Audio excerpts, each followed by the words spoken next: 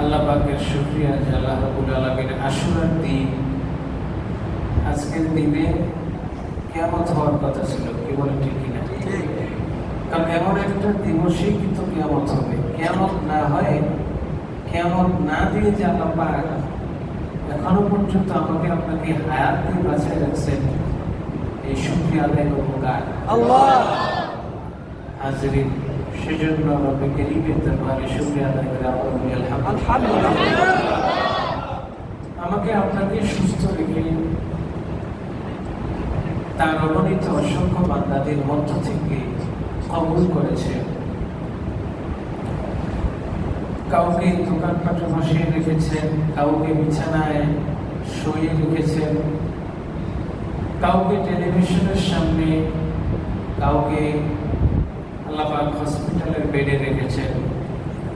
কিন্তু আমাকে আপনাকে আল্লাহর প্যারা হাবিবের, আল্লাহর জিকিরের মজলিস, প্যারা হাবিবের মজলিস এবং আল্লাহর প্রিয় বান্দা, মকবুল বান্দা, আল্লাহর হাবিবের বংশের মজলিসে আমাদেরকে বসিয়েছেন। আল্লাহ পাক চাইলে আমাকে আপনাকে অন্য জায়গায় এই মুহূর্তে রাখতে পারতেন, ঠিক কিনা? দেখেন, পৃথিবীতে বহু মানুষ মারা যায়, বহু মানুষ পৃথিবীতে আসে, বহু মানুষ চলে যায়। ইতিহাসের পাতায় কারো নাম থাকে, কারো নাম থাকে না। আজ থেকে প্রায় এটা 1448 হিজরি। কত হিজরি? 1448 হিজরি। আমি আপনাদেরকে আজ থেকে প্রায় 1300 সামথিং হিসাব করেন, 61 হিজরির ঘটনা।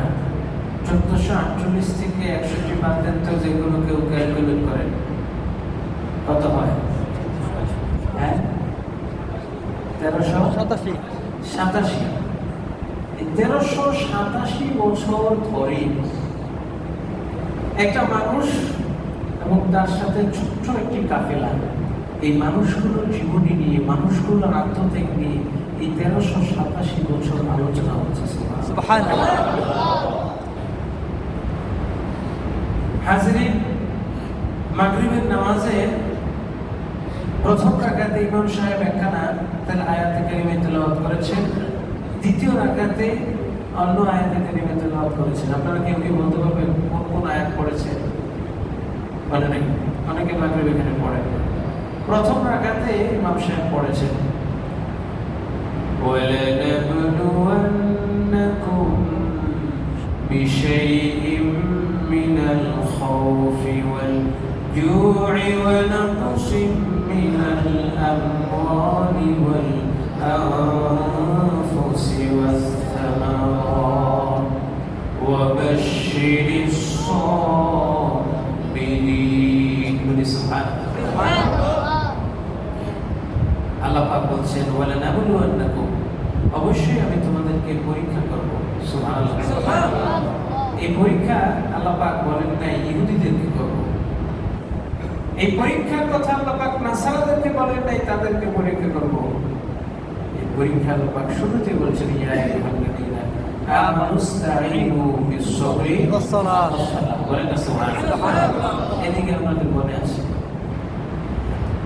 তো অবশ্যই সাবিরিন পড়ার পরে ইমাম সাহেব দ্বিতীয় রাকাত থেকে আরেকটা আয়াত পড়লেন।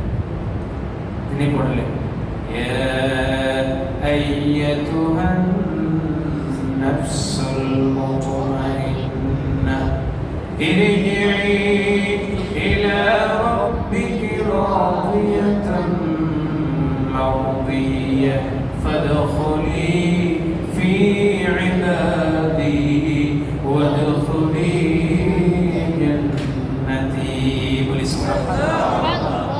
দুইটা আয়াতের সাথে সামঞ্জস্য আছে।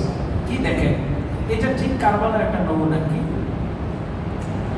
কারবালার ময়দানে ইমাম হুসাইনের সাথে যে 72 জন মানুষ, এই মানুষগুলো কুফার উদ্দেশ্যে রওনা করেছে। তাদের সঙ্গে মাসের খাবার, রসদ নাই, অল্প 3 দিন 4 দিন 5 দিনের খাবার থাকে। ছোট্ট কাফেলায় কত কিছু আর নেওয়া যায়।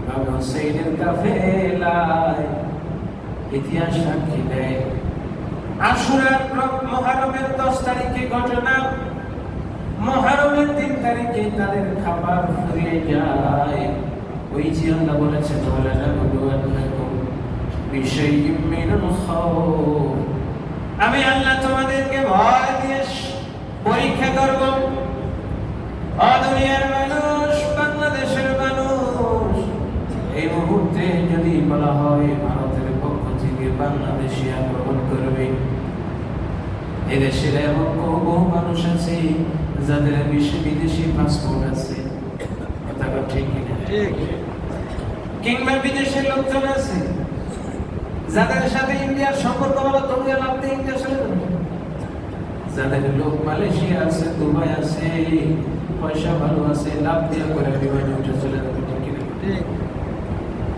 একটু ভয় একটু হুমকি কথা ঠিক কিনা ঠিক আমাদের সব ছেড়ে চলে যাব বড় বড় রাষ্ট্রীয় পর্যায়ে এমনও হতে পারে সেনাবাহিনীর গুরুত্বপূর্ণ পদে যারা যুদ্ধ করবে তারাই দেখেন এরকম চলে গেছে কথা ঠিক কিনা 2001 সালের ঘটনা আমেরিকা যখন ইরাক আক্রমণ করছে আপনারা জানেন যে সাদ্দাম হোসেনের রেভলিউশন গার্ড ছিল না কথা বলেন ছিল কিনা যে লোকগুলো সাদ্দামের পক্ষ হয়ে আমেরিকার বিরুদ্ধে যুদ্ধ করবে ওই লোকগুলাই রাতের আধারে সব বই চলে গেছে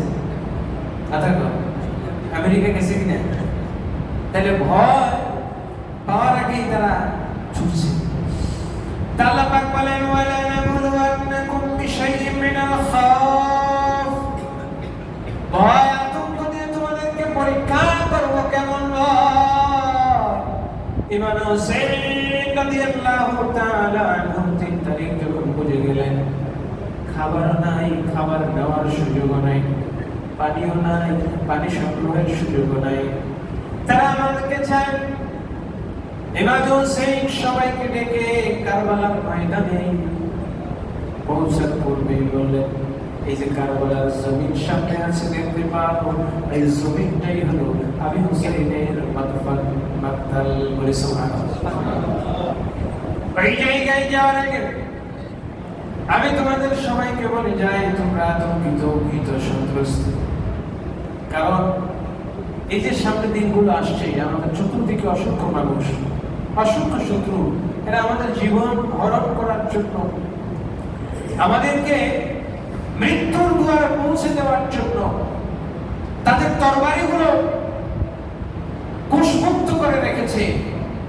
তীরগুলো আমাদের দিকে তাক করে রেখেছে এই ভয়ঙ্কর ময়দানে যাওয়ার পূর্বেই আমি তোমাদেরকে বলি তোমরা যেদিকে যেতে চাও তোমরা আমার পক্ষ থেকে আজাদ তোমরা মুক্ত তোমরা স্বাধীন তোমরা সেই দিকে চলে যাও সুবহানাল্লাহ কিন্তু তারা বললেন না আমরা এই প্রথম পরীক্ষায় উত্তীর্ণ হতে চাই যে ভয়ের পরীক্ষা যে ভয় আপনি দেখাচ্ছেন যে তীর যে ধনুক যে অস্ত্র যে চাবুক যে তরবারি ভয় দেখাচ্ছেন আমরা এই তরবারি এই তীর এই ধনুককে ভয় করি না সুবহানাল্লাহ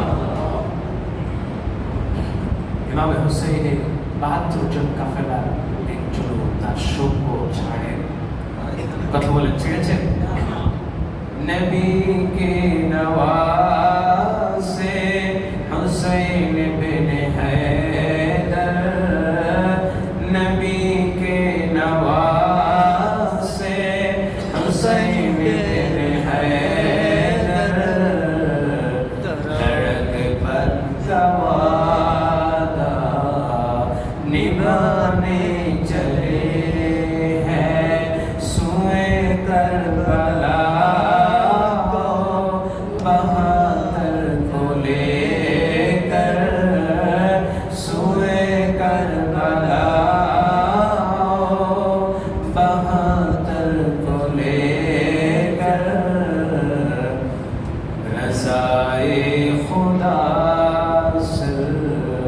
कटाने चले हैं वदन पे देखो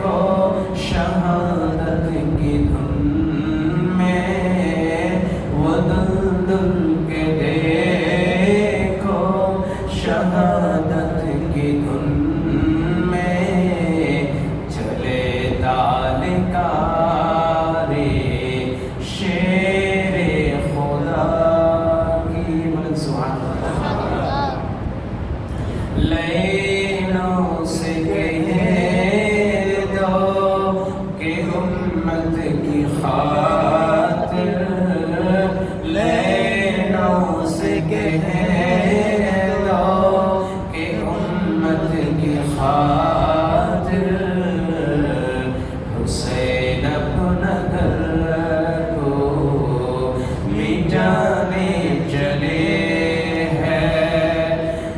नबी के नवासे हुसैन बिन हैदर लड़कपन का वादा निभाने चले हैं। बोले ना सुभान अल्लाह।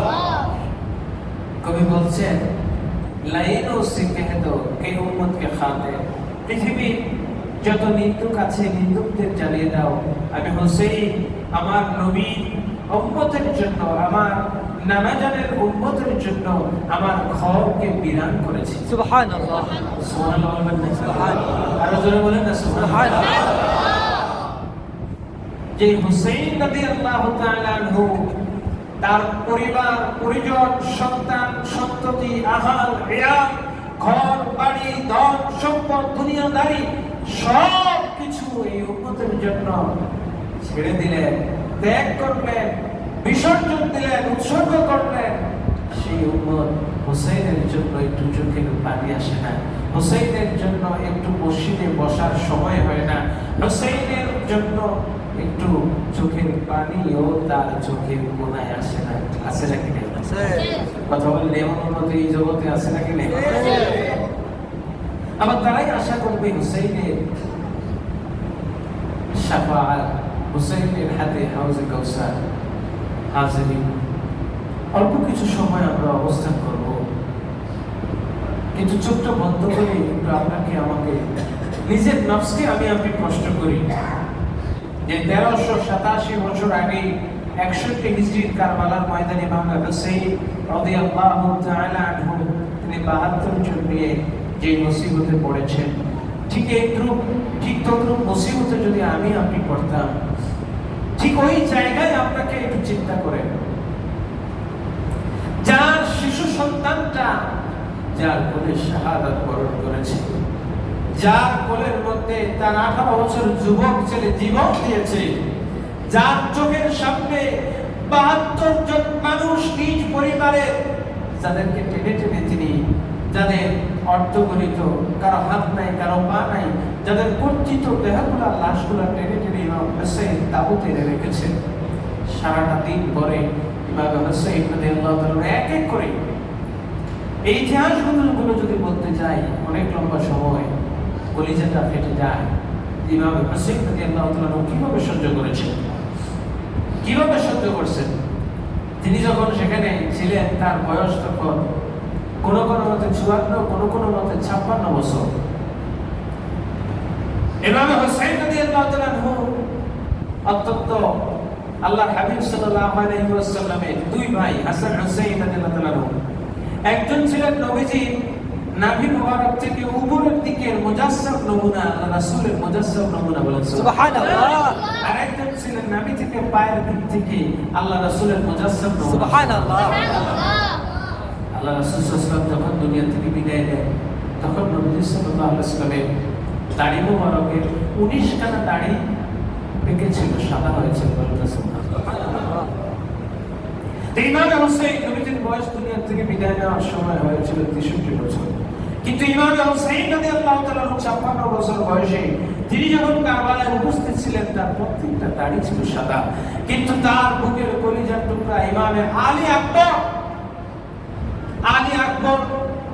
তিনি ডেকে বলছেন, বাবা যান, এই কারবালার ময়দানে আমি আলী আকবর থাকতে আপনি বাবার সামনে কেউ তরবারি নিয়ে দাঁড়াবে, আমি আলী আকবর সইতে পারবো না, জানি এই জায়গা থেকে জীবন্ত ফিরে যেতে পারবো না, আপনি শহীদ হবেন।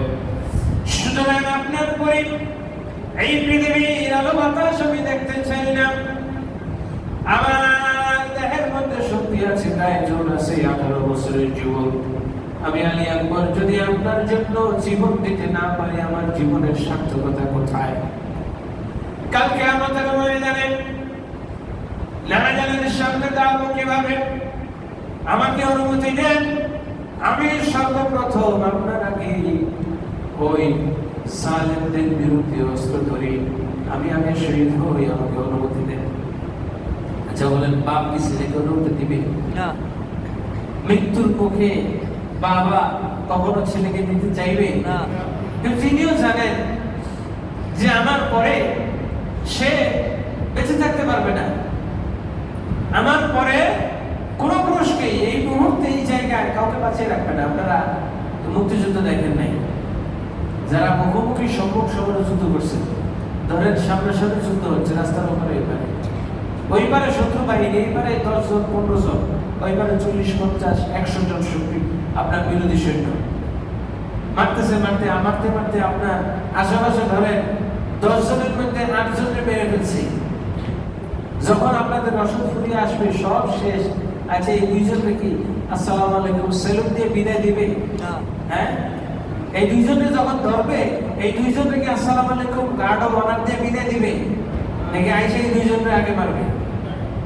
তো ইমাম হোসেন তিনিও জানতেন যে কাফেরদের মধ্যে কাউকে তারা জিন্দা ছাড়বে না, রাখবে না। কি করবে? করতে তো হবেই, তো একজন আগে একজন পরে। यही हम सब मुसाफिर हैं, कब्र आखिर ठिकाना, कोई आगे रवाना है, कोई पीछे रवाना। इमाम हुसैन রাদিয়াল্লাহু তাআলা 160 হিজরিতে ইন্তেকাল করেছেন। আজকে 1387 বছর ইমাম হুসাইনের জন্য এখনো মানুষ চোখের পানি ফেলে। কথা বলেন ঠিক কিনা? ইমাম হুসাইনের পর মাত্র 2 বছর জালেম ইয়াজিদ শাসন করেছে। 2 বছর পর লোকটা জাহান্নামে চিরতরে চলে গিয়েছে। কিয়ামত পর্যন্ত এই ইয়াজিদের নামে কোনো মানুষ তার স্মরণ সেবা করবে না। কিয়ামত পর্যন্ত ওই ইয়াজিদ যাদেরকে খাওয়াইছে, পড়াইছে, যাদেরকে ধন সম্পদের লোভ দেখায়া ইমাম হুসাইনের বিরুদ্ধে দাঁড় করাইছে, ওই মানুষগুলো থেকে শুরু করে কিয়ামত পর্যন্ত কেউ ইয়াজিদকে স্মরণ করবে না। কিন্তু ইমাম হুসাইন তাকে স্মরণ করবে। ইমাম হুসাইন রাদিয়াল্লাহু তাআলা নিজ ছেলে আলী আকবরকে অনুমতি দিলেন। অনুমতি দেওয়ার পরে আলী আকবর যখন চলে গেল, যেতে যেতে তার হাতের মধ্যে খবরের মধ্যে হযরত আলী রাদিয়াল্লাহু তাআলা নূর জুলফিকার বেঁধে দিয়েছে। আলী রাদিয়াল্লাহু তাআলা জুলফিকার এর একটা বৈশিষ্ট্য ছিল, ওর মাথা ছিল 2টা। কয়টা? 2 মাথাওয়ালা তরবারি।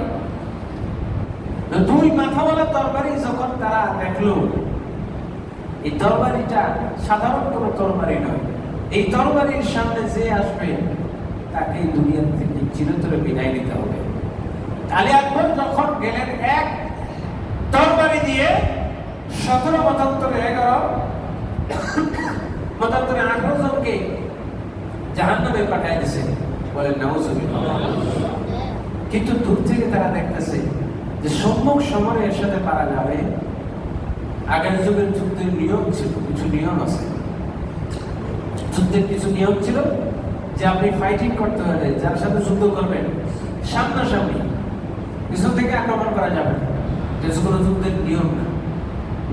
এখন তো যুদ্ধের কোনো নিয়ম নেই, যে যারা পারে টুস করে বেঁধে দেয়।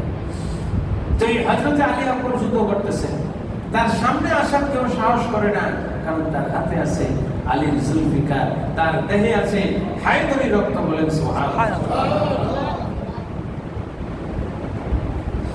হযরত আলী আকবর যখন এক এক করে সৈন্যদেরকে কচুকাটা করতে লাগলেন,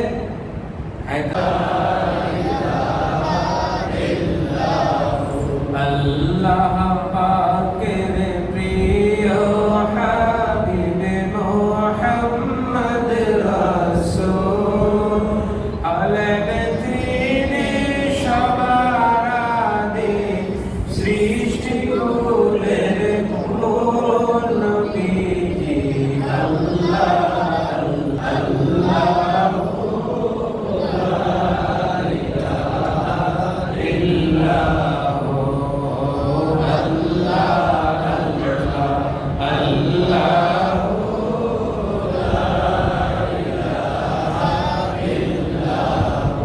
ওনাকে দেখিলে একেবারে দোজখ হয় হারা স্বপনেতে দিবেন দেখা হামিল দো জাহান নবীজি আল্লাহ আল্লাহ আল্লাহ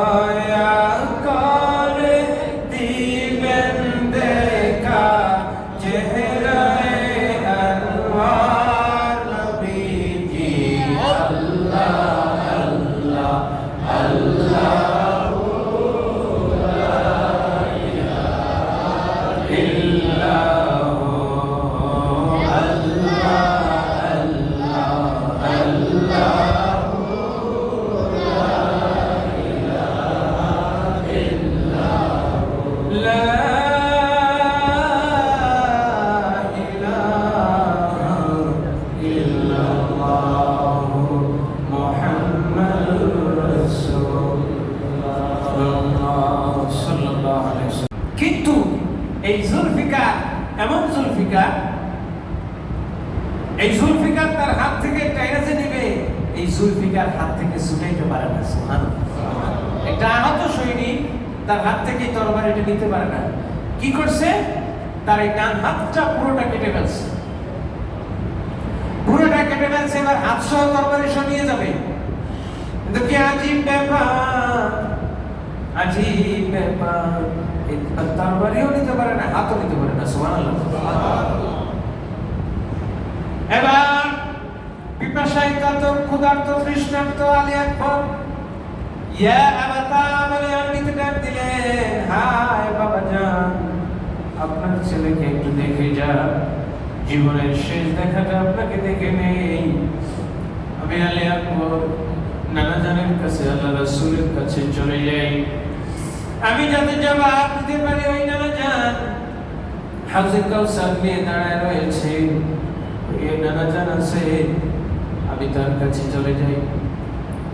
হযরত হুসাইন রাদিয়াল্লাহু তাআলা দৌড়ে আসছে, এসে দেখেন তার কলিজার টুকরা সন্তানটা দুইটা হাত কাটা, হাতটা আলাদা রয়েছে, হাতটা একদিকে পড়ে আছে, রক্তগুলো শরীর থেকে বেরিয়ে পড়েছে, রক্ত বের হইতে হইতে শরীরটা সাদা হয়ে গেছে।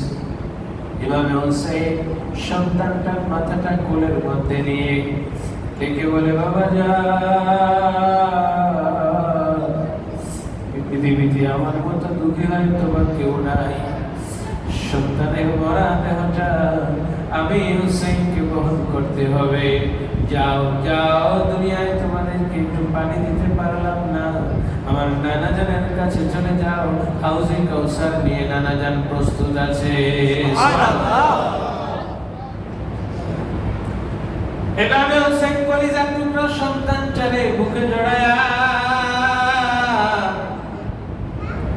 দুইটা কাটা হাত জড়ায়া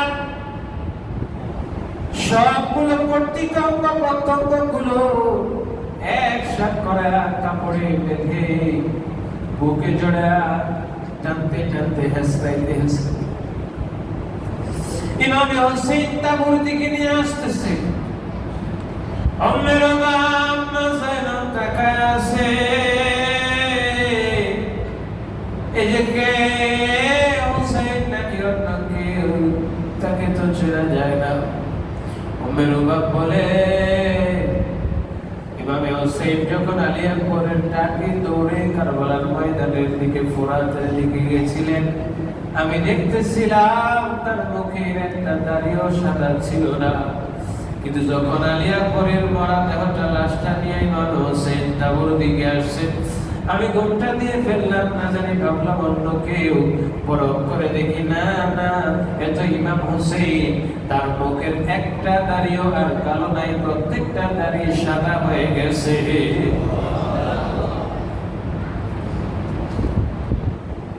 হাজরিন, ইমাম হুসেইন রাদিয়াল্লাহু তাআলা আনহু এভাবে নিজের জীবন কুরবান করেছেন, নিজের পরিবারকে কুরবান করেছেন।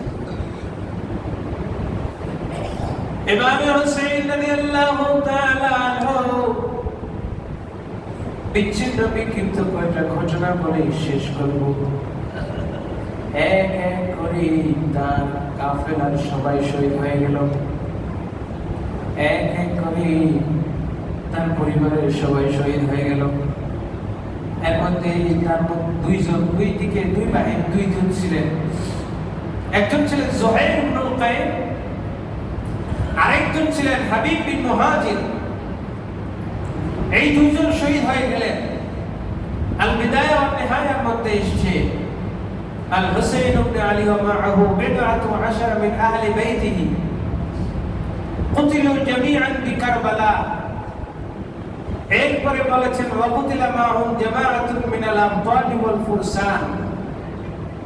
জামির ইবনে আতিক ইবনে কায়েস আবু আব্দুল্লাহ আল আনসারী শহীদ বদর ওয়া মা বা'দাহা ওয়া কানা হামিলা রায়াতিহি বনি মুআবিয়াহ ইয়াওম আল ফাতহ। ইমাম হুসাইন রাদিয়াল্লাহু তাআলা আনহুর সাথে হাবিব বিন মুহাজির এবং যুহাইর ইবনুল কাইম ছিলেন, এবং তার সাথে একজন সাহাবী ছিলেন, তার নাম জাবির ইবনে আতিক ইবনে কায়েস, যিনি বদর থেকে নিয়ে আল্লাহ রাসূলের সাথে প্রত্যেকটি যুদ্ধে অংশগ্রহণ করেছেন। সুবহানাল্লাহ। বদরের সাহাবী ছিলেন। আল্লাহ যাদের জীবনের সমস্ত গুনাহ মাফ করে দিয়েছেন। সুবহানাল্লাহ। সেই বদরের সাহাবী তিনিও ইমাম হুসাইন রাদিয়াল্লাহু তাআলা আনহুর কাফেলায় ছিলেন। এরপরে তার কাফেলায় ছিলেন হামজা ইবনে আমর আল আসলামী, যার ব্যাপারে বুখারী মুসলিম আয়েশা রাদিয়াল্লাহু তাআলা আনহা এবং আল্লাহ রাসূল সাল্লাল্লাহু আলাইহি ওয়াসাল্লাম বলেছেন যে নবীজির কাছে ওই সাহাবী জিজ্ঞেস করেছেন, ইয়া রাসূলুল্লাহ ইন্নী কাসীরুস সিয়াম আফা আসুমু ফিস সাফার, আমি অনেক রোজা রাখি, আমি কি সফরে রোজা রাখবো? ওই সাহাবীর নাম হলো হযরত হামজা ইবনে আমর আল আসলামী। আল বিদায়া ওয়া নিহায়া থেকে বলছি। তিনি রাসূল সাল্লাল্লাহু আলাইহি ওয়াসাল্লামকে বলেছেন, ইয়া রাসূলুল্লাহ আমি অনেক রোজা রাখতে ভালোবাসি, তা আমি কি সফরে রোজা রাখবো? আল্লাহ রাসূল বলেন, ইন শি'তা ফাসুম ওয়া ইন শি'তা ফাফতির ওয়া ক্বাদ শাহিদা ফাতহাশ শাম ওয়া কানা হুয়াল বাশীরু লিস-সিদ্দীক ইয়াওমা জামিন। ইমাম বুখারী রাহমাতুল্লাহ আলাইহি উল্লেখ করেছেন যে হযরতে ইমাম হুসাইন রাদিয়াল্লাহু তাআলা আনহুকে যেদিন কারবালায় শহীদ করা হলো, সেই কারবালার দিনটা অন্য সাধারণ আশুরার দিনের মতো ছিল না।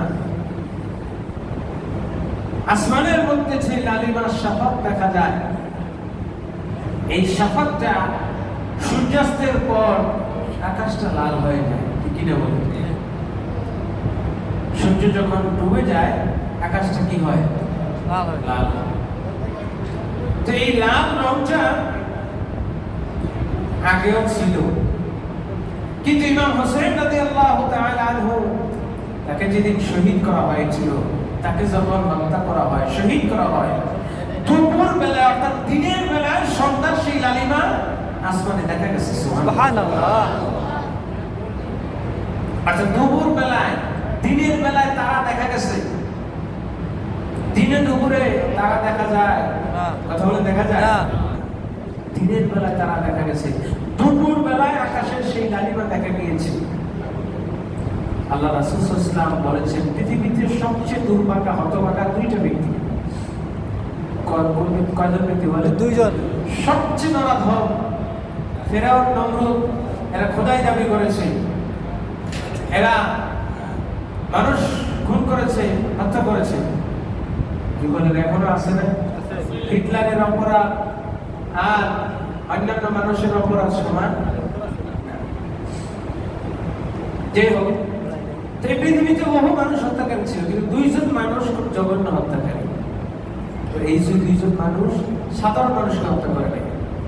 এই দুইজনের মধ্যে একজনের কথা আমি এশার নামাজের প্রথম রাকাতে পড়েছি। فكذبوا فعقروها فدمدم عليهم ربهم بذنبهم فسواها فكذبوه তারা নবী সালেহ আলাইহিস সালামকে মিথ্যা প্রতিপন্ন করলো। ফাআকারুহা তা আনা উটনিটাকে তারা হত্যা করেছে, ওই উটনির রক্তটা কেটে দিয়েছে। আল্লাহ রাসূল বলেছেন পৃথিবীতে সবচেয়ে নিকৃষ্ট হত্যাকারী হলো ওই সালেহ আলাইহিস সালামের কওমের ওই লোকটা। যে মানুষটা ছিল একে তো জারাল সন্তান, অবৈধ সন্তান, এবং তার এলাকার সবচেয়ে নিকৃষ্ট ব্যক্তিত্ব ছিল এটা। বলে না নাউজুবিল্লাহ। সেই উটটাকে হত্যা করছে। মা উটটাকে হত্যা করার পর বাছুর উটটা এসে বলতেছে, আইনা উম্মি আইনা উম্মি। ছোট্ট বাছুর বলতেছে, আমার মা কোথায়, আমার মা কোথায়। তো দৌড়ে গেছে বাছুরটাকে মারতে, দৌড়ে গেছে কি বাছুরটাকে মারবে। কিন্তু বাছুরটা লাফায়া ওই পাহাড়ের উপরে উঠে গেল, পাহাড় ফাঁক হয়ে গেল, পাহাড়ের মধ্যে ঢুকে গেল। সুবহানাল্লাহ। বাছুরটাকে মারতে পারে নাই।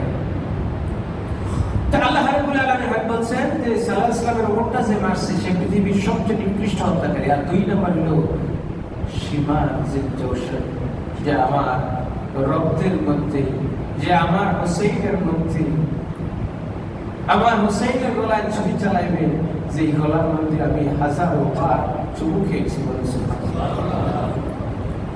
জিকির করে লা ইলাহা ইল্লাল্লাহ।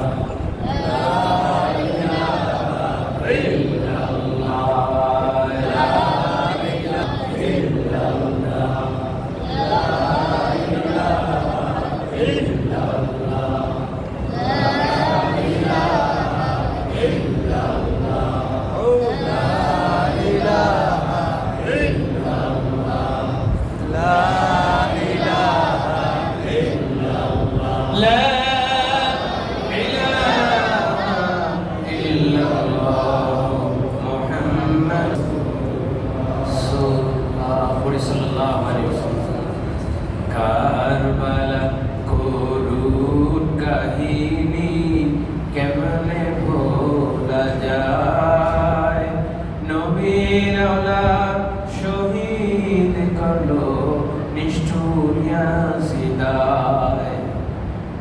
কারবালা এই ঘটনা আমরা কেমনে ভুলার কোনো সুযোগ নাই। আমার আপনার বাবাকে যদি কেউ হত্যা করে, কিংবা আমার আপনার সন্তানকে কেউ যদি হত্যা করে, আপনি জীবনেও তাকে ভুলবেন? কথা বলেন, ভুলতে পারবেন? ভুলতে পারবেন না। বলেছে যে দুইটা মানুষ নিকৃষ্ট, যে হুসাইনের গলায় ছুরি চালাবে আর যে সালেহ ওসমান ওটের আপনার পায়ের রগগুলো কেটে দিছে, এই দুইজন সবচেয়ে নিকৃষ্ট মানুষ। এবার আসি ইয়াজিদের ব্যাপারে। ইয়াজিদের দরবারে যখন ইমাম হুসাইন রাদিয়াল্লাহু তাআলা আনহু শির মুবারক নেওয়া হলো, নেওয়ার পরে তার লাঠি দিয়া ইমাম হুসাইনের ঠোঁট মুবারকের মধ্যে লাঠি দিয়ে আঘাত করে বলতেছে যে এই মুখে আমার না বিরোধিতা করছিলাম, এখন এই মুখ কই গেল। তখন আল্লাহ নবীর একজন সাহাবী হযরত নুমান ইবনে বাশীর রাদিয়াল্লাহু তাআলা ওই জায়গায় ছিলেন। তিনি ধমক দিয়ে বলে, আছি দুষ্ট দুরাচার বহু করছো, আর করিস না, মরা লাশের সাথে বেয়াদবি করিস না। তুই যে ঠোঁটের মধ্যে লাঠি দিয়া আঘাত করছিস, আমি স্বয়ং নিজ চোখে বহুবার দেখেছি এই ঠোঁটের মধ্যে আল্লাহ রাসূল চুমু খেয়েছে। সুবহানাল্লাহ। দরুদ পড়ুন সাল্লাল্লাহু। ইমাম হুসাইন রাদিয়াল্লাহু তাআলা আনহু, একটু শুরু থেকে শুরু করি। আমির মুআবিয়া যখন মারা গেল, মারা যাওয়ার পর শর্ত ছিল হাসান রাদিয়াল্লাহু তাআলা খলিফা হবে। এই ইতিহাস আপনারা মোটামুটি জানেন তো, ঠিক কিনা? শর্ত ছিল, লিখিত চুক্তি হয়েছে আমির মুআবিয়ার সাথে হযরত ইমাম হাসান রাদিয়াল্লাহু তাআলা। এইদিকে চক্রান্ত করে ইমাম হাসান রাদিয়াল্লাহু তাআলা কে বিষ পান করানোর মাধ্যমে শহীদ করে দেওয়া হলো। শহীদ করানোর পর এদিক দিয়ে আমির মুআবিয়া মারা গেলেন। আমির মুআবিয়া মারা যাওয়ার পরে ক্ষমতা, যেহেতু তিনি মারা গেছেন, এখন ক্ষমতা পাবেন কে? যেহেতু ইমাম হাসান রাদিয়াল্লাহু তাআলা নাই, সুতরাং আলটিমেটলি ইমাম হুসাইন রাদিয়াল্লাহু তাআলা পাবেন, কিনা বলে? ঠিক। কিন্তু ইয়াজিদ ক্ষমতা দখল করে সে মদিনায় চিঠি লেখে। মদিনার গভর্নর ছিলেন ওয়ালিদ। ওয়ালিদের কাছে চিঠি লিখলো যে মদিনায় 3 জন ব্যক্তি আছে, মদিনায় 2 জন আছে, একজন হলো আব্দুল্লাহ ইবনে ওমর, আরেকজন হলো হুসাইন বিন আলী, আর মক্কায় আছে একজন আব্দুল্লাহ ইবনে জুবায়ের। এই 3 জন লোক, এই 3 জন লোককে যেভাবে হোক তাদের বায়াত নিবা, তাদের সমর্থন নিবা, তাদের ভোট নিবা। বর্তমান যুগে যেরকম ভোট আছে না, এখন তো অনেক সময় ভোট ছাড়াও এমপি হয়ে যায়। কথা বলে ঠিক কিনা? হওয়া যায়। তো যাই হোক, এই ভোটের সাথে এই বায়াতের বা নির্বাচনের বা খেলাফতের কোনো সম্পর্ক নাই। ইসলাম প্রচলিত যে ডেমোক্রেটিক যে পলিটিক্স, এটাকে ইসলাম কখনোই সমর্থন করে না। আমরা এগুলোকে সমর্থন করি না। এই ভোটাভুটিতে আমরা কখনো যাই না। ইসলামী যে হুকুমত, সেটার নিয়ম হলো খেলাফত। কি বলেন? খেলাফত। ইসলামের খেলাফত। এবং আজকে এই বিষয়টি একটু আপনাদেরকে সুস্পষ্ট ধারণা দিতে চাই। ইমাম হুসাইন কিসের জন্য শহীদ হলেন? তিনি তো চাইলে মেনে নিতে পারতেন, কিন্তু সমস্যাটা অন্য জায়গায়। সমস্যাটা কোন জায়গায়? সমস্যাটা হলো ইমাম হুসাইন তিনি নিজের খেলাফত দাবি করেন নাই, তিনি নিজেকে প্রেসিডেন্ট দাবি করেন নাই। এ বাবা, তুমি জোরপূর্বক হোক, ইচ্ছায় হোক, অনিচ্ছায় হোক, জোরে হোক, চলে বলে কৌশল হোক, তুমি যেহেতু গতি দখল করছো, তুমি এটা নিয়েই থাকো। সমস্যা হলো অন্য জায়গায়। কোন জায়গায় সমস্যা? যে সে তার সকল অপকর্মের একটা সার্টিফিকেট দরকার। সংবিধান, বর্তমান যেরকম সংবিধান দরকার, এটার বৈধতা দরকার। বৈধতা, এই 3 জন যদি বিরোধিতা থাকে, তাইলে তার এই দায়িত্বে, তার এই ক্ষমতার কোনো বৈধতা থাকে না। ইমাম হুসাইন তিনি তো বলেন না যে আমিও খলিফা হব। যুদ্ধটা তো বাধার কোনো কারণ নাই। সমস্যাটা অন্য জায়গায়। সমস্যাটা হলো ইমাম হুসাইনকে সমর্থন তাকে দিতে হবে। আচ্ছা ধরেন আমি আপনাকে মানি না, বা আপনি আমাকে মানেন না, এই মসজিদে আপনি নামাজ পড়েন না, ইমাম হিসেবে তাকে মানেন না, ভালো কথা। আপনি না অন্য জায়গায় নামাজ পড়তেই পারেন, ঠিক কিনা বলেন? কিন্তু আমি তো আপনাকে জোর করতে পারি না যে আমার পিছনে নামাজ পড়তে হবে। কথা বুঝতে পারছেন? আপনার ভালো লাগে না, আপনি আলাদা থাকেন, সমস্যাটা এই জায়গায়। ইয়াজিদ সে জানতো ইমাম হুসাইন রাদিয়াল্লাহু তাআলা আনহু তিনি যতক্ষণ তাকে সমর্থন না দিবেন, যতক্ষণ ইয়াজিদের খেলাফত ইমাম হুসাইন না মেনে নিবেন, পৃথিবীর ইতিহাসে ইয়াজিদকে কেউ কখনো খলিফা মানবে না। এই জন্য সে চাইল যে জোরে হোক, জব্বরে হোক, সলে বলে, কৌশলে হোক, ইমাম হুসাইন থেকে বায়াত নিতেই হবে, তার সমর্থন নিতেই হবে। ইমাম হুসাইন তিনি যখন ওলিদের মাধ্যমে খবর পেলেন, ওলি গিয়ে বলছে, চিঠিতে লিখছে যে এই 3 জন, মদিনার 2 জন, মক্কার 1 জন, 3 জনের খেলাফত বায়াত নিয়ে আমার কাছে পাঠাইবা। বায়াত কেমনে নিবে?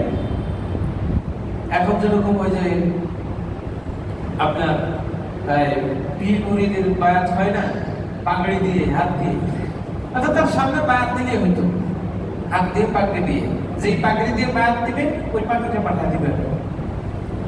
যদি বায়াত না নাও, তাহলে না নেয়, তাহলে এই 3 জনের মাথা আমার কাছে পাঠা দিব, বলেন না?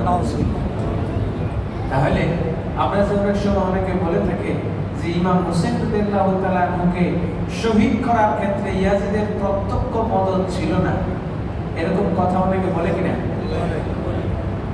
তো মদত যদি না থাকতো সে নিজেই তো বলছে মাথা কেটে বাটাইবা। যদি খেলাফ নেই, আমার বায়াত নেই, তো নিল না, নিলে তাকে কি করতে হবে সেই হুকুম ছিল না? ছিল। ধরেন আমি একটা আপনাকে বললাম দমকে ধরে নিয়ে আসে, সে যদি আপনার সাথে না আসে তাহলে আমার অর্ডার, ফিরতি অর্ডার কি থাকবে? বাইরে নিয়ে আসবে আমার কাছে নাকি? তাই তো না? তো যেহেতু বায়াত লিখছে বায়াত করাইবেন, বায়াত যদি না করে তাহলে কি করবে? সেই অর্ডারটাও তো ছিল, সেই অর্ডারটাই ছিল যে হত্যা করে মাথা ফাটাই দেবে। ওলিদ চাইল, ওলিদ সে বলল যে আমার ক্ষমতা যায় যাবে, জীবন যায় যাবে, আমার এই হাত নবীর বংশের রক্তে রঞ্জিত করতে পারবো। হুসাইন তার দরবারে গেলেন, সে এখনই সুযোগ, বায়াত নেয় তো ভালো, নাহলে কলা ফালা দিয়া কলা পাঠায় দেবে।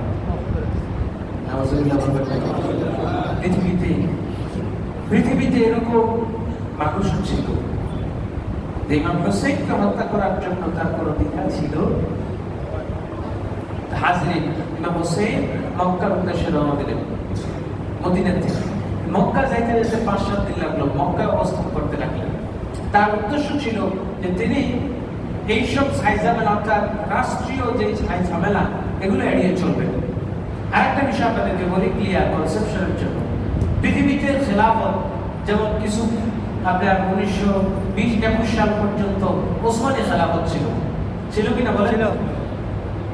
এবং ওসমানী খেলাফতের পর পৃথিবীতে আজকে পর্যন্ত 100 বছর, 106 বছর হয়ে গেল। ধরেন এই 106 বছর পৃথিবীর কোথাও ইসলামী খেলাফত নাই। নাউজুবিল্লাহ বলবেন না? যেভাবেই হোক, ইয়াজিদ জালেম ছিল আর যাই ছিল, ইয়াজিদের উপরেও আরো অনেক বড় বড় জালেম ছিল, হাজ্জাজ বিন ইউসুফ ছিল। কিন্তু ইসলামী যে খেলাফত, একটা ইসলামী যে রাষ্ট্র ব্যবস্থা, এটা কায়েম ছিল। আল্লাহ রাসূল সাল্লাল্লাহু আলাইহি ওয়াসাল্লামের ওফাতের পর 11 হিজরি থেকে, অর্থাৎ 632 খ্রিস্টাব্দ থেকে, কত খ্রিস্টাব্দ বলেন? 632 খ্রিস্টাব্দ থেকে 1920 সাল পর্যন্ত কত বছর হয়? হিসাব করেন। 1280 বছর। এই 1280 বছর ইসলামী খেলাফতটা ছিল। কথা বুঝতে পারছেন? এরপর থেকে এই যে ব্রিটিশরা ইসলামী খেলাফতটাকে ভাঙলো, এই ভাঙার পর দিয়ে আজ পর্যন্ত খেলাফত বিহীন অবস্থায় আছে। তার ফলে কি হইল দেখেন, আপনার মিডল ইস্টে কতগুলো রাষ্ট্র হইল, একবার কুয়েতকে ধরে তো আবার কাতারকে ধরে, একবার ইরাককে ধরে তো আবার ইরানকে ধরে, যখন যারে মনে চায়। আপনি যে ওই যে শুরু করছিলাম, وَلَنَبْلُوَنَّكُمْ بِشَيْءٍ مِنَ الْخَوْفِ وَالْجُوعِ وَنَقْصٍ مِنَ الْأَمْوَالِ وَالْأَنفُسِ وَالثَّمَرَاتِ وَبَشِّرِ الصَّابِرِينَ। ও ঈমানদার বাঙালি মুসলমান, আমার আল্লাহ আপনার ব্যাপারে বলেন, আহাসিবান নাস আন ইউতরাকু আন ইয়াকুলু আমান্না ওয়া হুম লা ইফতানুন। মুসলমান, বাঙালি মুসলমান মনে করে আমরা শান্তিতে আছি। না না, আল্লাহ বলছেন শান্তিতে থাকার সুযোগ নাই। আহাসিবান নাস আন ইউতরাকু, মানুষ কি মনে করে যে এমনি ছেড়ে দেব? আন ইয়াকুলু আমান্না ওয়া হুম লা ইফতানুন, যে বলবে হুজুর ইয়া রাব্বুল আলামিন আমরা তো ঈমান আনছি, আমরা মাফ করে দেন। ওয়া হুম লা ইফতানুন, তাদেরকে ফিতনায় ফেলবো না, পরীক্ষায় ফেলবো না। আর কারবালার ময়দানে ইমাম হুসাইন যদি এত বড় পরীক্ষা দিতে হয়, তা আপনি কোন ক্ষেত্রে ভুলা? আপনি তো এখনো পরীক্ষা দেন নাই, সামনে পরীক্ষা আসছে। মোটে আশেপাশে পরীক্ষা শুরু হয়েছে, কথা কোন ঠিক কিনা? ভারতের মুসলমানরা পরীক্ষা দিতে আছে, আপনারও সেই পরীক্ষা দিতে হবে। চিন্তা করে দেখেন মুসলমান, সামনে কঠিন পরিস্থিতি আসতেছে। তো এখানে বসে তো আজকে বয়ান করতেছে, আগামী বছর যে আশুরার মাহফিল করতে পারবেন তা কিন্তু নিশ্চিত না। কথা কোন ঠিক কিনা? মনে রাখবেন, দুই দিকের চরিত্র, এই দিক দিয়ে ঠিক, সোজা কথাই বলি, এই দিক দিয়ে ঠিক, এই দিক দিয়ে ভারত, আর ওই পশ্চিম দেশ থেকে ইগলের দেশ আমেরিকা। কথা বুঝতে পারছেন? সাবধান মুসলমান, আপনার এই দিক দিয়া তারা চায় ওই দিক দিয়ে একটা খ্রিস্টান রাষ্ট্র করতে। আপনি হয়তো বা বলবেন যে এটা থেকে আজগবি কথা, যখন ঘটবে তখন দেখবেন, তখন আর আজগবি থাকবে না।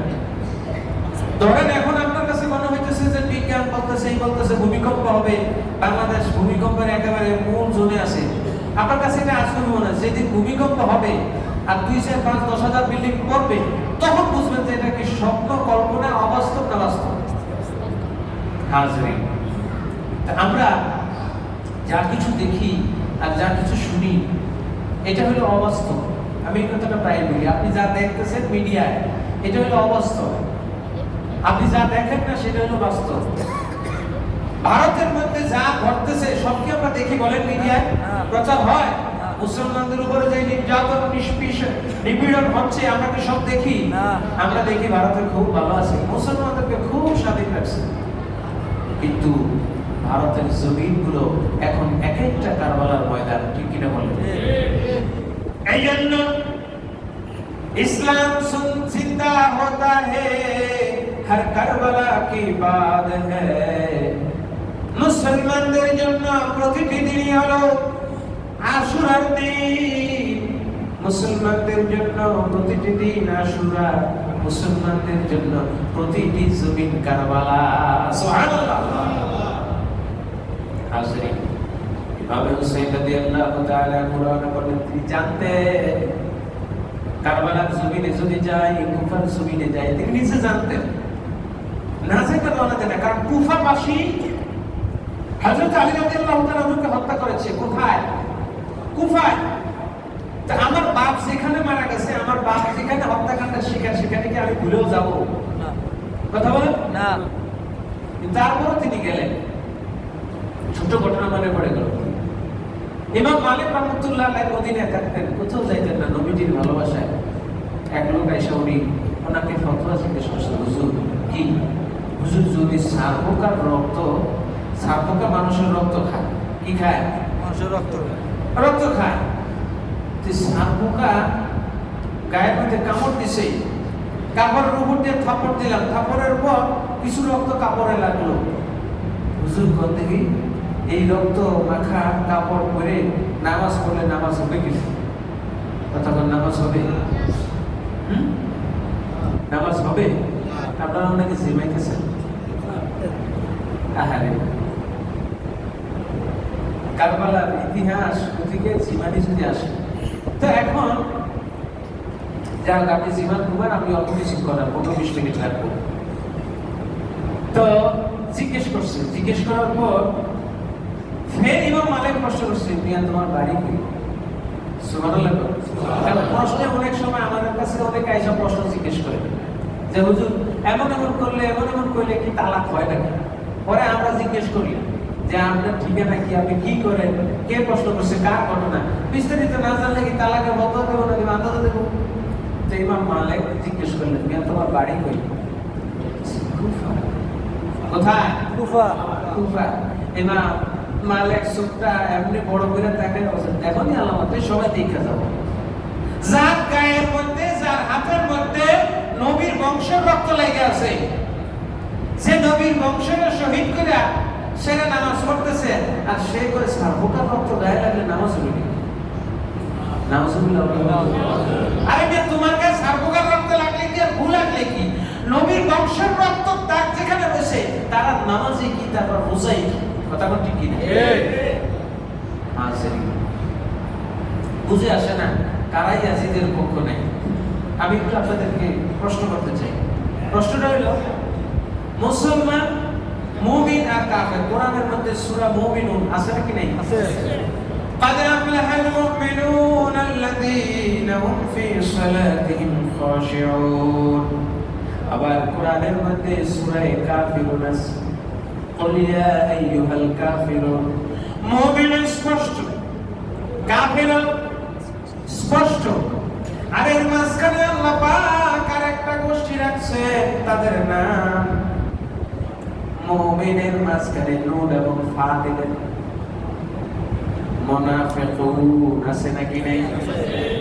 আমার আল্লাহ রাব্বুল আলামিন তাদের ব্যাপারে বলতেছেন, ইন্নাল মুনাফিকিনা দারকিল আসফালি মিনান নার। এই মুনাফিক যারা হবে, ওই মুনাফিকরা কাফেরদের পায়ের তলায় জাহান্নামের মধ্যে থাকবে, বলি নাউজুবিল্লাহ। জাহান্নামের মধ্যে একেবারে থার্ড ক্লাস, লাস্ট বেঞ্চের জাহান্নামী হবে কারা? মুনাফিকরা।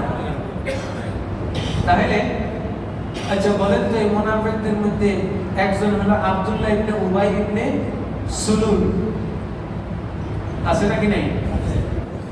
সে আল্লাহ রাসূলের সাথে নামাজ পড়েছে কি পড়ে নাই? রাসূলের সাথে আপনার এই মসজিদে নববীতে নামাজ পড়ছে, রোজা রাখছে কি রাখে নাই? সব করছে, কিন্তু উহুদের যুদ্ধে গিয়া আবার ফিরে আসছে। কথা কোন ঠিক কি না? আচ্ছা বলেন তো, আল্লাহ রাসূলের জীবনে কাফের কইছে? জীবনে কাফের বলছে? নবীজি বলেন নাই তো? সাহাবায়ে কেরাম কাফের বলেছেন না। এখানে মূল বিষয়টা আমি খুব গভীরভাবে অনুধাবন করবেন। এখানে মূল বিষয়টা, আপনার সাথে নামাজ পড়বে, রোজা রাখবে, হজ করবে, যাকাত দিবে, কিন্তু আপনি তার জানাজায় যাওয়া যাবে? কথা বুঝতে পারছেন? এরকম মুনাফিক আমাদের সমাজে আছে নাকি নেই? আছে আছে। আপনি তাকে কাফের বলবেন না, কাফের বলা যাবেও না, কিন্তু কাফেরের চাইতে সে নিকৃষ্ট। আমার আল্লাহ রাব্বুল আলামিন সরাসরি নিষেধ করছে, সে আসুক, তার নামাজ তার মুখে ছুড়ে মারবো আমার দায়িত্ব। সে রোজা রাখুক, সে দান সদকা করে করুক, লম্বা দাড়ি রাখুক, কিন্তু আমার আল্লাহর রাসূলকে আল্লাহ বলছেন লা তাকুম ফি কবরিহি, আপনি তার কবরের কাছেও যাবেন না, তার জানাজাও যাবেন না। নাউজুবিল্লাহ বলবেন? নাউজুবিল্লাহ। তাহলে এবার আপনি একটু চিন্তা করে দেখেন যে আমাদের সমাজে এমন কিছু লোক আছে কি নাই যারা আল্লাহ রাসূলকে নিয়ে কটূক্তি করে, আবার নামাজও পড়ে। আমার রাসূলের বংশধর হোসেনকে নিয়ে কটূক্তি করে, আবার নামাজও পড়ে। আমার রাসূলকে অবমাননা করে, রাসূলকে বড় ভাইয়ের মতো মানে, আবার নামাজও পড়ে। তাহলে এদের ব্যাপারে সাহাবায়ে কেরাম রাদিয়াল্লাহু তাআলা, নবীজি এদের তালিকাটা একটু সাহাবীকে জানায় গেছেন। তার নাম হলো হুযায়ফাতুল ইয়ামান। নাম কি? হুযায়ফাতুল ইয়ামান।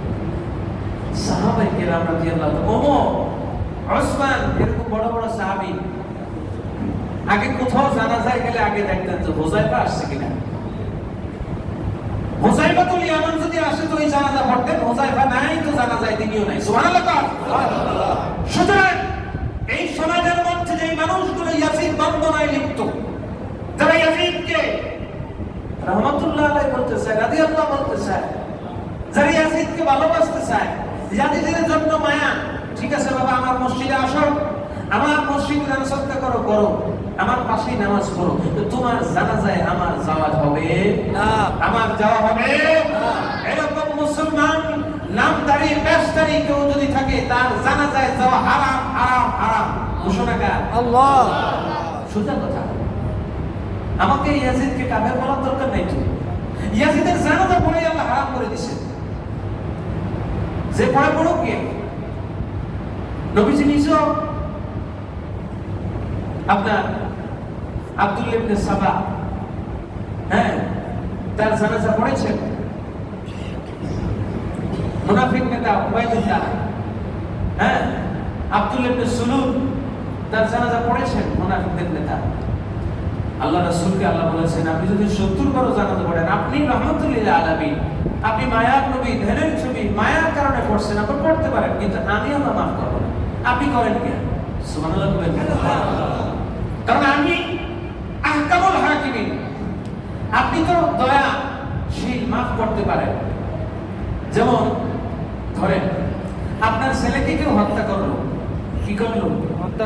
হত্যা করলো। এখন হত্যার কারণে বিচারকের কোনো অধিকার নাই হত্যাকারীকে মাফ করার। আপনি মাফ করলে করতে পারেন, কিন্তু বিচারকের অধিকার নাই। বিচারকের দায়িত্ব কি? ন্যায় বিচার করা। বিচারকের দায়িত্ব হলো ন্যায় বিচার করা, কিন্তু মাফ করার অধিকার তার নাই। আচ্ছা বলেন তো, বাংলাদেশে রাষ্ট্রপতি মৃত্যুদণ্ড প্রাপ্ত ব্যক্তিকে ক্ষমা করার অধিকার আছে নাকি? আছে, আছে, সংবিধানে আছে। তাহলে এই আইনটা কি শরীয়ত সম্মত আইন না, না শরীয়তের বাইরে? বাহিরে। বাইরে।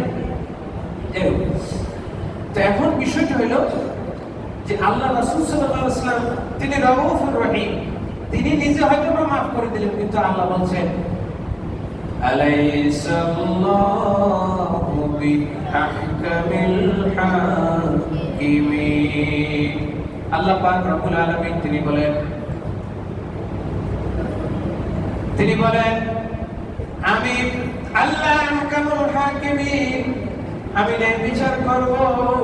আমার আল্লাহ রাসূল সাল্লাল্লাহু আলাইহি ওয়াসাল্লাম কারবালার এই সন্ধ্যাবেলায়,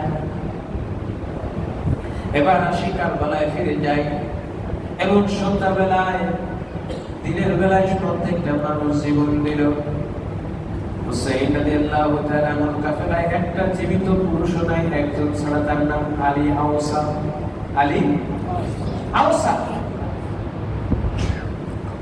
হুসাইন রাদিয়াল্লাহু তাআলা তিন ছেলে, আলী আকবর, আলী আওসা, আলী আসগর।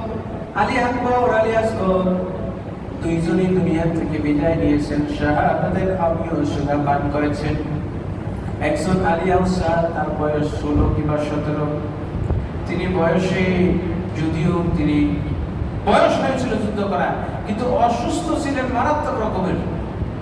মারাত্মক রকমের অসুস্থ জ্বর, যার জন্য তিনি যে মাঠে নামবেন যুদ্ধ করতে, সেই দাঁড়ানোর শক্তিটাও তার ছিল। যাই হোক, তো কাফেলার এই একজন মাত্র জীবিত পুরুষ সব এই সন্ধ্যাবেলায় কাফেলা রওনা করবে। তো বিকেল বেলায় সর্বশেষ সবাই যখন কাফেলার এক এক করে সবাই যখন জীবন দিল, ইমাম হোসেন তিনি বাইরে হলেন। সুবহানাল্লাহ। ইমাম হোসেন বের হলেন। বের হওয়ার পূর্বে তার বোন জয়নব তার সাথে ছিল। জয়নবের কাছ থেকে বিদায় নিচ্ছে। ওই যে উম্মে রুবা বললেন, ছেলে আসছে, এখন সব দাড়িগুলো পেকে গেছে, ছেলে নিয়ে রাখছেন এক এক করে। নিজের পরিবারের ছেলে, ভাই, এদের মোট 12 জন। কতজন? 12 জন। নিজের ছেলে, ভাতিজা, ভাই, হ্যাঁ, সহ ভাই ভাতিজা মিলে কতজন? 12 জন। 12 জন। এই 12টা লাশ একটা মানুষ টেনে টেনে আছে, একটা এখানে স্তূপ করছে রাখছে। এই কারবালার জমিনের মধ্যে তিনি নিজে একা একা, কথা বললে কলিজাটা বেটে যায়। তিনি একা একা, যেহেতু লাশগুলো দাফন তো করতে হবে, একা একা এই মানুষগুলো 12টা লাশ ইমাম হোসেন নিজের পরিবারের বাকিগুলো যেটুকু পারছেন রাখছেন, 12টা লাশ তিনি দাফন করেছেন। দাফন করার পর ইমাম হোসেন রাদিয়াল্লাহু তাআলা তিনি এবার বাকি আছেন। তিনি পরিবারের কাছ থেকে বিদায় নিচ্ছেন, শোনো, আজকের পরে আর তোমাদের সাথে দেখা হবে না। স্ত্রীর কাছ থেকে, বোনের কাছ থেকে, যারা মহিলারা ছিলেন, তো বোন জয়নব বলতেছে, ভাই গো, আমার জন্য তো সুযোগ নাই, আমি তোমার জন্য জিহাদে যাব, যুদ্ধ করব, সেই সুযোগ তো নাই। আল্লাহ পাক আমার জন্য সেই হুকুম রাখেন নাই। তো আমি মদিনায় গিয়ে কি জবাব দিব? আমি মদিনায় গিয়ে মায়ের কাছে, বাবার কাছে, আব্বাজানের কাছে কি জবাব দিব? আমি তো আসছি আমার পুরো পরিবার নিয়ে, আমাকে নিঃস্ব বানায় আমি কিভাবে যাব রাসূলের সামনে?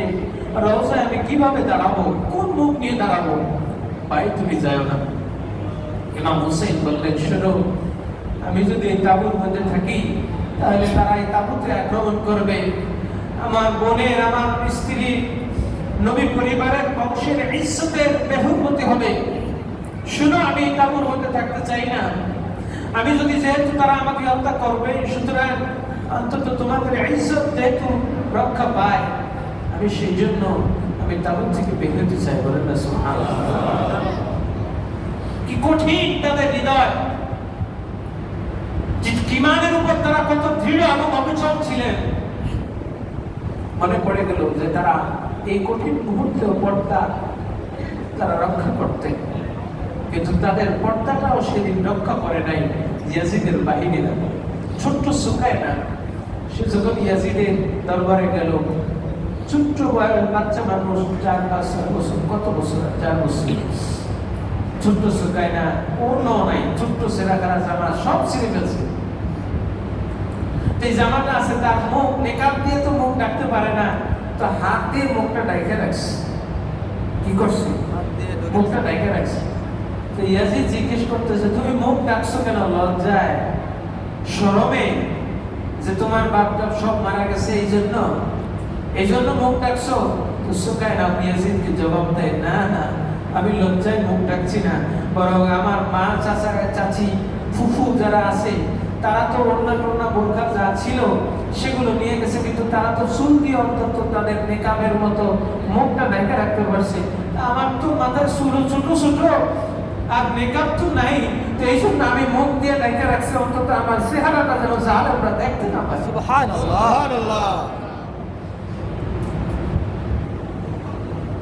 ওই অবস্থায় মা ফাতেমার বংশধর পর্দা ছাড়েন নাই। ইমাম হুসাইন রাদিয়াল্লাহু তাআলা পরিবারের কাছ থেকে বিদায় নিয়ে দুলদুল ঘোড়ায় আরোহণ করলেন। ঘোড়াটার চাবুক মারেন, ঘোড়ার পিঠে চাবুক মারেন, কড়াস করে আওয়াজ হয়। ঘোড়ার সামনে আগায় না, বারবার চাবুক মারে, ঘোড়ার সামনে আগায়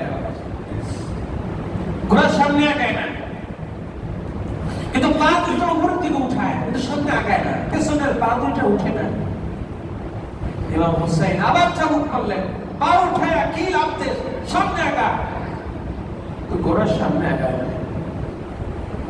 ইমাম হুসাইন রাদিয়াল্লাহু তাআলা এবার ঘোড়ার পিঠ থেকে নামলেন, পেছনে তাকায় দেখেন ঘোড়ার সামনে আগাবে কেমনে?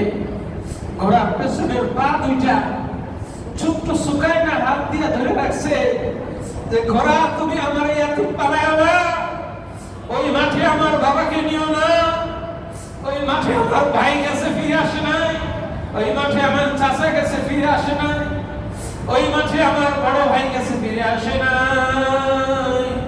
এরে ঘোড়া তুমি আমার ইয়াতিম বানাও না, আমার বাবাকে তুমি নিও না, আমার ইয়াতিম বানাও না।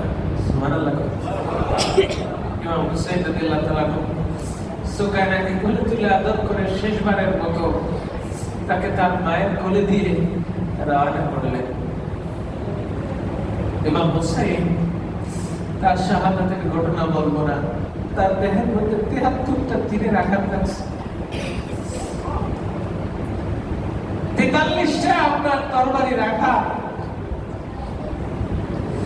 ইমাম হুসাইন রাদিয়াল্লাহু তাআলা আনহু, যাকে নবীজি নিজের কাঁধে চড়াইছেন, যার গলার মধ্যে, গালের মধ্যে, মুখের মধ্যে, কপালের মধ্যে, ঠোঁটের মধ্যে হাজারবার নবীজি চুমু খেয়েছেন, সেই গলায় যারা ছুরি চালাইতে পারে, তারা আর কিছু হোক আর না হোক, তাদেরকে আমি কখনো ইমানদার বলতে পারি না। কথা বলেন ঠিক কিনা?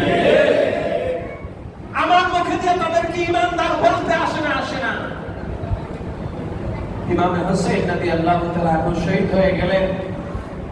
আপনার ঘরেও যদি ছোট্ট শিশু থাকে তাহলে বুঝবেন, ছোট বাচ্চারা আপনি যখন ঘর থেকে বের হন, তো বাচ্চারা দরজার কাছে এসে বলে, বাবা আমাকে নিয়ে যায়। বাচ্চারা এরকমই হয়, তাদের ঘরে বাচ্চা আছে, তারা বলতে পারবেন, বুঝতে পারবেন। ইমাম হুসাইন রাদিয়াল্লাহু তাআলা আহা, ইমাম হুসাইনের গলা কাটা দেহটা পড়ে আছে, শির মোবারক গলাটা কাইটা তীরের বল্লমের মাথায় রেখে দিয়েছে। এই সন্ধ্যাবেলায় খাবার দাবার তাদের শেষ। হুসাইনি কাফেলায় ৭২ তলার জমিনে পড়ে গেল। ইমাম হুসাইন যে কয়জন পেরেছেন কারবালার বালুর মধ্যে চাপা দিয়েছেন, আগেই তারা গর্ত করে রেখেছিলেন। ওই গর্তের মধ্যে ইমাম হুসাইন রেখে এক একজনকে দাফন করছে। ইয়াজিদের বাহিনী যে কজন মারা গেছে, সন্ধ্যাবেলায় সবার কাফন দাফন করে রওনা দিল। কিন্তু এই কারবালার জমিনে জান্নাতি যুবকের সর্দারের লাশটা নিথর পড়ে রইল। ইমাম হুসাইন রাদিয়াল্লাহু তাআলা আনহুর মাথাটা বল্লমের আগার মধ্যে রেখে কাফেলা সব কাজ শেষ করলো। এবার সন্ধ্যায় রওনা হবে। বন্দীদেরকে নিয়ে রওনা হইল। রওনা হওয়ার সময় এবার বল্লম উঠায়া মাথা উঠায়া নিয়ে যাবে, কিন্তু বল্লম তো উঠানো যাইতেছে না। সুবহানাল্লাহ, বল্লম উঠানো যাইতেছে না।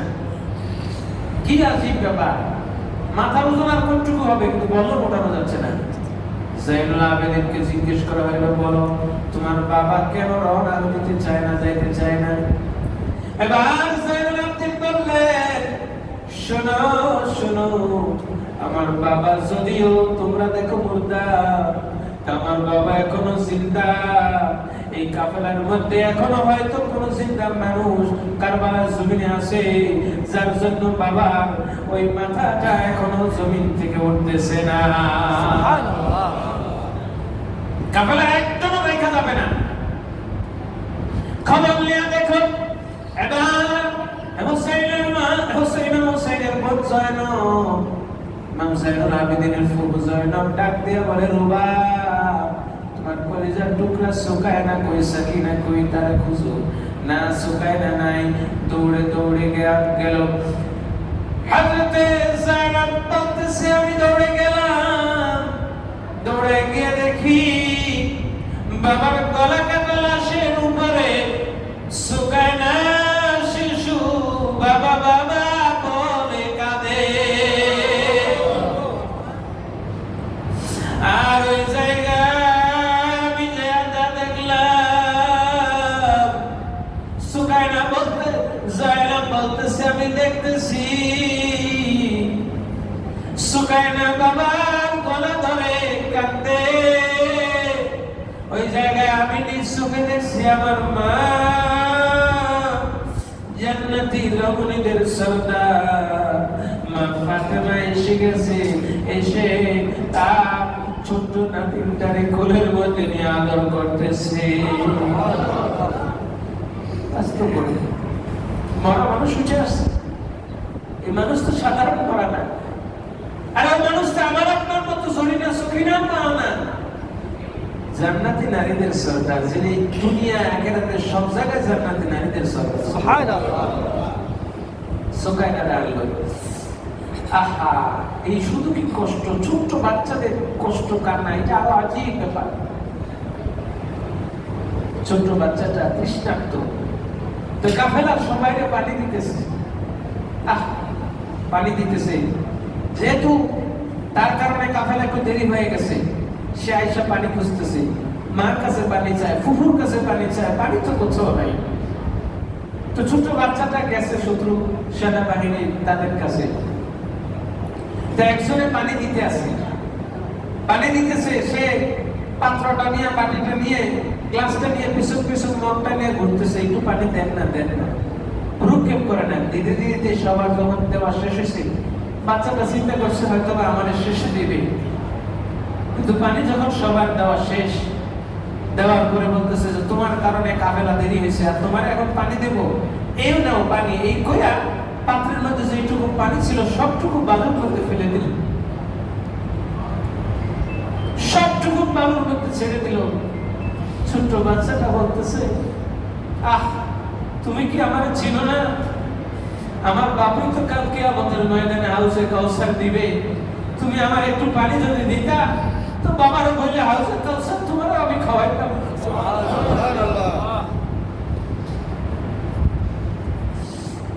এই কথা চলে গেল কাফেলা।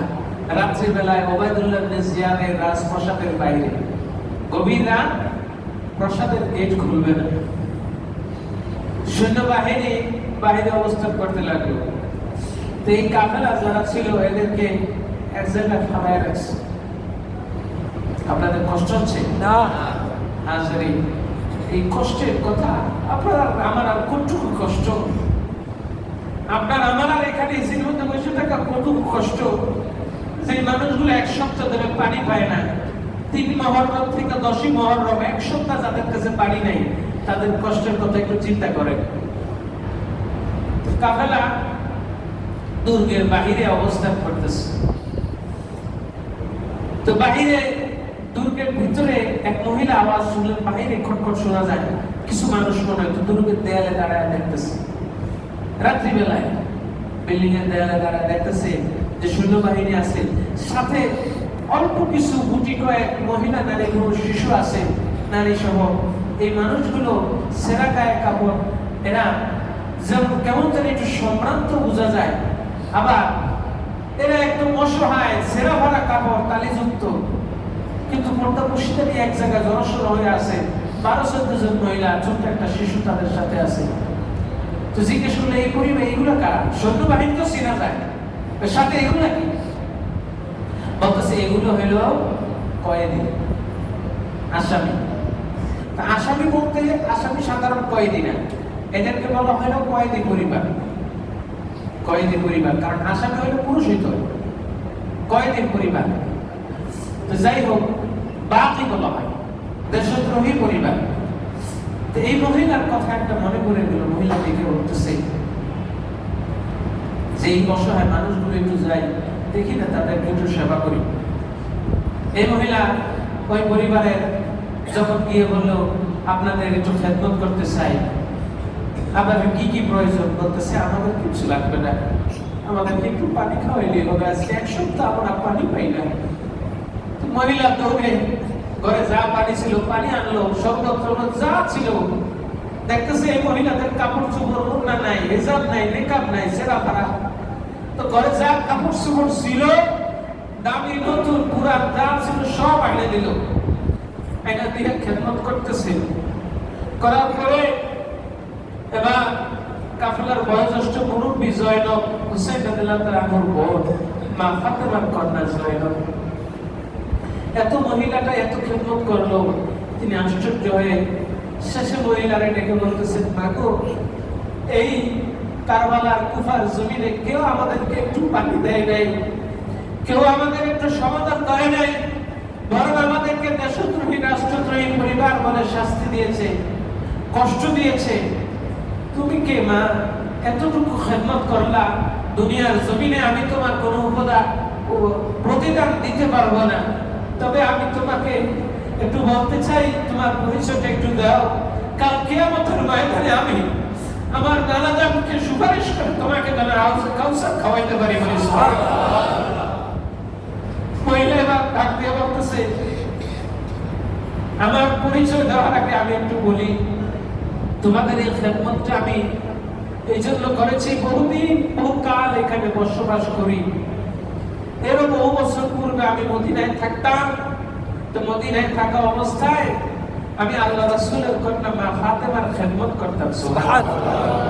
তো কথার কথা একদিন মা ফাতেমা বললেন, শুনো, তুমি যদি হায়াতে পয়সা থাকো, আমার মনে হয় তুমি ইরাকের কুফায় থাকবা, সেখানে অবস্থান করলে তোমার আমি একটা ওসিয়ত করি, যদি কখনো সুযোগ হয়, যদি কোনো পরিবারকে দেখো যাদেরকে দেশদ্রোহী পরিবার বলা হয়, যাদেরকে বাগী বলা হবে, যদি দেখো মহিলাদের সেরাপাড়া কাপড়, সেরাপাড়া বোরকা নিকাব দেখো, ওটা দেখো, তৃষ্ণার্ত ক্ষুধার্ত কোনো মহিলাদের পাও, ফ্যামিলির পরিবার পাও, তো তুমি মন ভরে তাদের খেদমত করো, আমি ফাতেমা তোমার জান্নাতের জামিনটা হয়ে যাব। জয়নব ডাক দিয়ে বলতেছে, মাগো যে মা ফাতেমার খেদমত ওসিয়ত তুমি পালন করছো, আমি সেই মা ফাতেমার কন্যা জয়নব, আর এগুলো সব তার সন্তান করেছে। সুবহানাল্লাহ। হাজিরিন, তো কারবালার ইতিহাস আমি আপনাকে কি বলে আর কতটুকু শেষ করব? আমরা তো শুধু শুনতেছি আর বলতেছি, কিন্তু যারা এটার ভুক্তভোগী, তাদের কষ্ট, তাদের দুঃখ, তাদের ত্যাগ, তাদের আত্মবিসর্জন, সেটি কখনো কল্পনায় আনা যাবে না। অনুভব তো দূরের কথা, কল্পনায় আনা যাবে।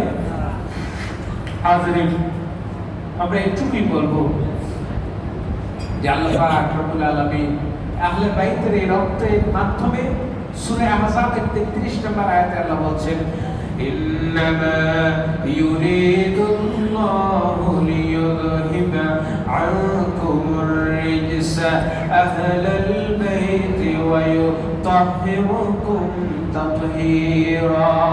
আল্লাহ পাক আহলে বাইতের মাধ্যমে, তাদের রক্তদানের মাধ্যমে এই জমিনে ইসলামকে টিকিয়ে রেখেছেন।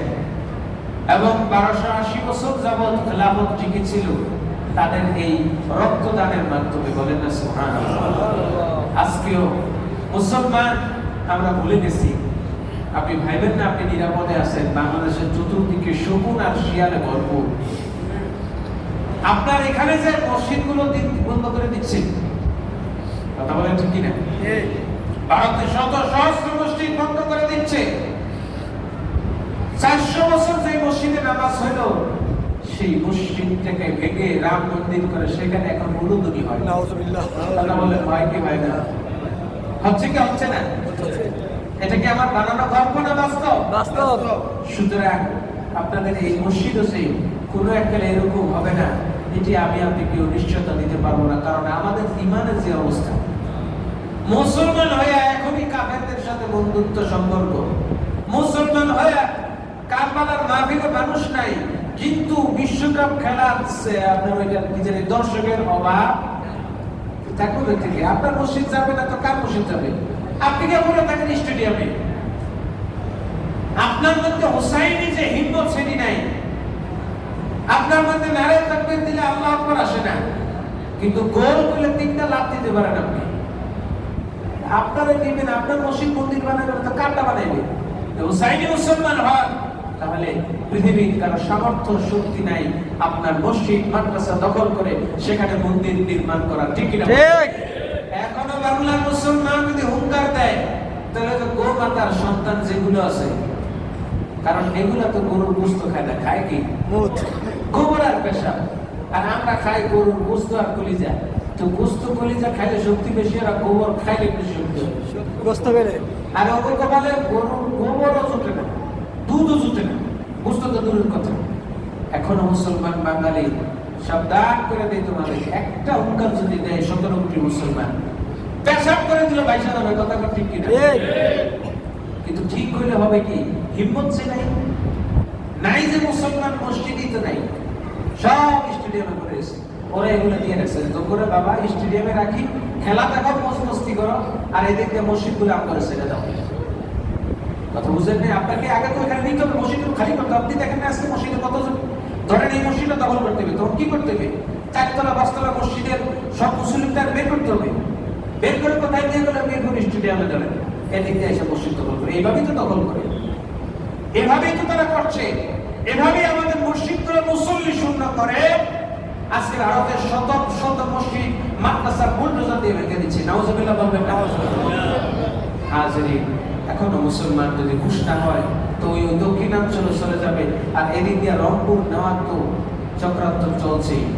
হাজিরিন, আমরা আজকে কারবালার এই মাহফিল থেকে অন্তত এতটুকু দেখেন, এতটুকু হিম্মত তো আছে, এতটুকু জজবা তো নিয়ে যাবো যে শির দেখা নেহি দেখা আমাবা, আমি আমার শির দিতে পারি, কিন্তু হুসাইনের যে শিক্ষা সেটা শিক্ষা হয়ে যাবে আমার দেশের 1 ইঞ্চি জমিন কাফের মালাউনের হাতে যেতে দেব না, দেব না, দেব না। কথা বলা ঠিক কি? যত বড় জালেম হোক, 71-এর যেভাবে মানুষ জীবন দিছে, ইনশাআল্লাহ এই জমিনের 1 ইঞ্চি মাটি কেউ চাইলে আপনি দিবেন না। কথা বলেন না। কত বড় স্পর্ধা, বলে যে টাকা দিয়ে কিনে দিবেন, বদমাইশের তো। হাজিরিন, বাঙালি মুসলমান এখনো হুঁশিয়ার, সাবধান। এখনো ইমাম হুসাইনের সেই কাফেলা এখনো যদি হুঙ্কার দেয়, তাহলে এখনো কিছুই করতে পারবে না। আল্লাহ পাক আমাদের সহি সমাজ দান করুন, ছোট্ট বাংলাদেশটাকে আল্লাহ ইবাদত করুন। আশেপাশের শকুন আর শিয়ার থেকে পূর্বে, উত্তরে, পশ্চিমে যেগুলো এই শকুন শিয়ার গুলো আছে, এগুলোর কালো হাত থেকে আল্লাহ পাক আমাদের ছোট্ট ওলি আউলিয়ার বাংলাদেশ, শাহজালাল, শাহপরানের এই দেশগুলো, এই দেশটাকে, এই শাহপরান শাহজালালের এই জমিনটাকে আল্লাহ যেন হেফাজত করেন বলে আমিন। আমিন বলে আমিন। কি দিবেন শাহজালালের মাজার দখল হইতে? না। ষড়যন্ত্র শুরু হয়ে গেছে। আগে বলতেছে ট্যাক্স সিলগালা করো, এই করো, সেই করো, এগুলোই ষড়যন্ত্রের অংশ, মনে রেখে। এগুলো ষড়যন্ত্রের অংশ। আইসা বলবে মসজিদ এই করবো, সেই করবো, এটা মসজিদের চাবি দেন, আস্তে আস্তে আস্তে আস্তে দখল করবো। কথা বুঝতে পারছেন? মসজিদ হিসাব কিতাব দেন, এই দেন, সেই দেন, মসজিদ এই করবো, সেই করবো। টুক করে একদিন আপনারা আমার লাথি দিয়ে বের করে বলবো যাও, তালা মারে দিলাম। এভাবেই ভারতের মসজিদ মাদ্রাসাগুলো তারা দখল করেছে। হাজরিন, কারবালা, সোহাদায়ে কারবালা, ইমাম হুসাইনের শিক্ষা হলো শির দেখা নেহি দেখা মামা। আমার শির দিতে পারি, আমার বাংলাদেশের 1 ইঞ্চি জমি আমি তাকে দিতে পারবো না। দিতে রাজি না। আল্লাহ পাক আমাদের সকলকে হুসাইন রাদিয়াল্লাহু তাআলা এর শিক্ষা, দ্বীনের জন্য, ইসলামের জন্য, দেশের জন্য জীবন কুরবান করা তৌফিক দান করুন বলে আমিন। সাল্লাল্লাহু